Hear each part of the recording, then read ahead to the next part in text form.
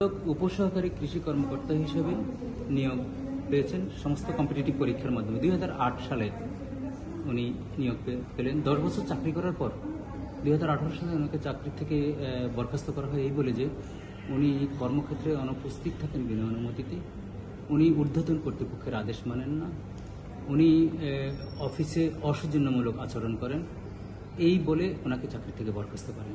সেই আদেশের বিরুদ্ধে উনি অ্যাডমিনিস্ট্রেটিভ ট্রাইব্যুনালে মামলা করেন। অ্যাডমিনিস্ট্রেটিভ ট্রাইব্যুনাল ওনার বিপক্ষে রায় দেন। এটির বিপক্ষে উনি আপিল করেন অ্যাপিলেট ট্রাইব্যুনালে, সেটি ওনার পক্ষে রায় যায় এবং অ্যাপিলেট ট্রাইব্যুনাল রায়ে দুইটা প্রসিডিওরের কথা বলেছেন। ওনাকে সেকেন্ড শোকজ নোটিশের সাথে ইনকোয়ারি রিপোর্ট দেন নাই, আর ওনার যেই কর্তৃপক্ষ নিয়োগকারী কর্তৃপক্ষ ওনাকে শাস্তি দেন নাই।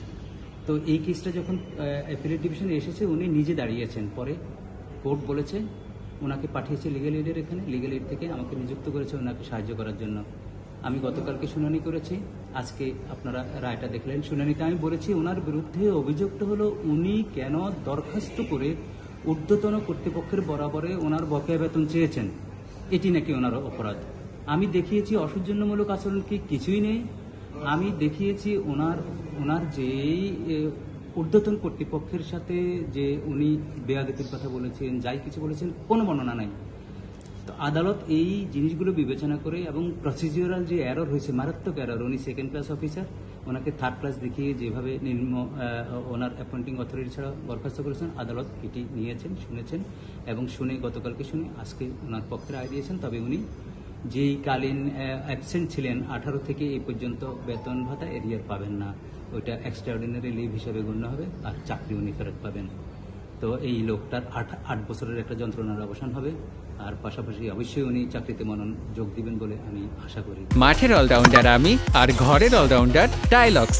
টাইলক্স টয়লেট ক্লিনার, ক্লিন মানেই টাইলক্স। আমি উপসহকারী কৃষি কর্মকর্তা, দীর্ঘ 8 বছর চাকরি হতে বাইরে ছিলাম এবং বাংলার প্রক্রিয়াধীন অবস্থায় ছিলাম।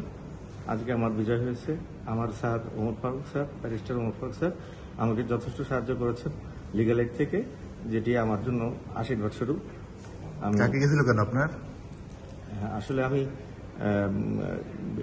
বিনা অনুমতিতে কর্মস্থল ত্যাগ করেছিলাম, যেটি আসলে আমার ইচ্ছাকৃত না। আমি অসুস্থ ছিলাম, এই জন্য আমি কর্মস্থলে উপস্থিত থাকতে পারি নাই এবং ঊর্ধ্বতন কর্তৃপক্ষ যেটি আমাকে দেখে আমার বিরুদ্ধে একটি বিভাগীয় মামলা করেন, যার প্রেক্ষিতে আমার চাকরিটি অপসারণ করা হয়।